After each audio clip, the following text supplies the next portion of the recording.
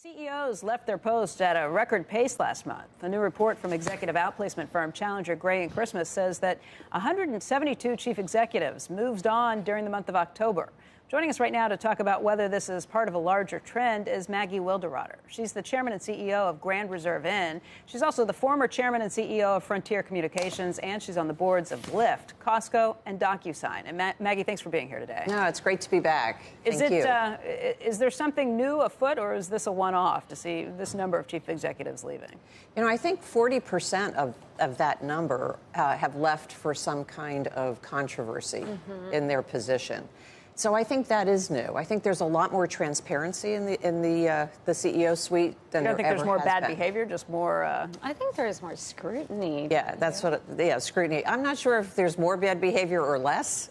Yeah. I would hope there would be less, since there is more scrutiny and transparency. But yeah, that's unfortunate that these things happen. Well, you get paid a lot. You should be good at what you do. If you're not good at what you do, there's going to be turnover. That's right. And you should. And they have to be held accountable just like everybody else. Yeah, exactly. But the controversy a lot of times is that you suck at being a CEO, right? I mean, it's not always that result. It's not always fraudulent. It's, yes. Or a relationship, right. Which also. I mean, it's always been a Me Too world. I think you can go all the way back to Stone Cipher. Remember him at Boeing? I mean, even back then, it could cause a downfall. But now, if you are CEO, it's just off the table, because the implied power that you hold over every employee, you can't have a consensual relationship, I don't think. Yeah. At all, right? Yeah. I think how many are a small number are situations like that, I guess. The vast majority is crappy numbers on earnings day, right? Well, it's usually a pattern. Of crappy numbers on earnings. Yes. Okay. Where boards lose faith in the CEO and don't think that that's the right person to turn things around. Is it easy to navigate the world nowadays, and inventory management and? No, it's not easy. But nobody said the job was going to. That's why you get paid so much. Right. And that's why you work your way to get into that C-suite. And a lot of times you have to take certain risks, and you have to be able, if those opportunities aren't paying off, to be able to pivot a different way in order to get where you need to get to. But one of the good things is we are making progress with more women on boards of directors. And that's another thing I wanted to mention. I am co-chairing the Breakfast of Corporate Champions tomorrow, where we have 650 board members and CEOs of S&P 500 companies coming to celebrate companies that have more than 30% women on their boards. And I'm here to tell you that at the 30% level, we're up to about 323 companies. That's great. Where was it? That's a huge change. 2 years ago, it was about 158. Wow. So we're making really good progress. And if you look at the last several months, it's really exponentially starting to take off. Why do you think that is? You know, I do think that it's good business to have diversity in the boardroom. You make better decisions. You have a better way to coalesce around challenges and opportunities.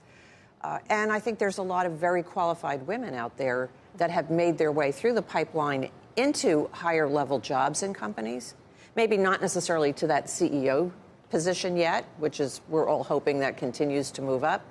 But there's a lot of women that, are in marketing and that are in sales and cyber and have the capabilities of operating divisions of companies that can bring a lot to the table. And it's interesting because, we've looked at this for retail companies. If you have an all-male, all-white, older board that's completely disconnected with the consumers that are actually shopping at these stores, that's a huge risk to your business model. The leadership team is not necessarily reflecting the needs of the actual consumer base. So that's there's a real linkage to actual economic success from diversity. Yes. And it's also good for the employee base. Right? There's a lot of women that work in retail. There's a lot of women that work in all different industries.